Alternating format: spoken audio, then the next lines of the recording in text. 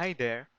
In this video, we're going to explore solutions on Instagram error 429. The first solution is to update your Chrome. To update your Chrome, just click the three dots on the upper right corner of your Chrome. Go to Settings, and then click About Chrome. Once you do, it will automatically checks for updates. Second is to delete Instagram data. You can do so by going to Settings the same way and then go to Privacy and Security and then click Cookies and other site data and then click See all data and permission and then find Instagram and delete its data.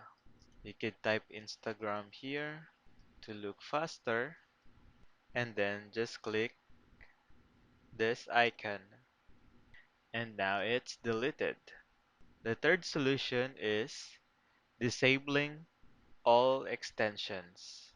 To disable all extension, just go to the same page, settings, scroll down and look for extensions.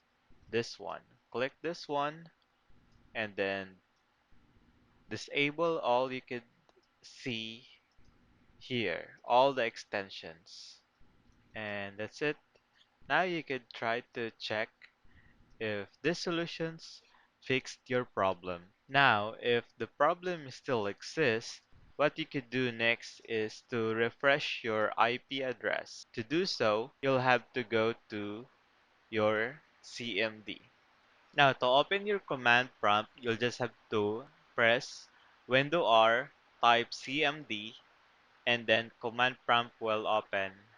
On your command prompt, you need to type ipconfig space slash release. This will release the IP that you currently have when you are connected to your network or your internet connection. And the next is type ipconfig slash renew. This code will acquire new IP address from the server or your internet connection. Now your IP address is renewed. Next is ipconfig slash flush DNS. This will clear your IP address history. Now, everything about your network is refreshed. Your IP address is refreshed and your cache or data history is also cleared. And that's it for today's video. Thanks for watching and see you on the next one.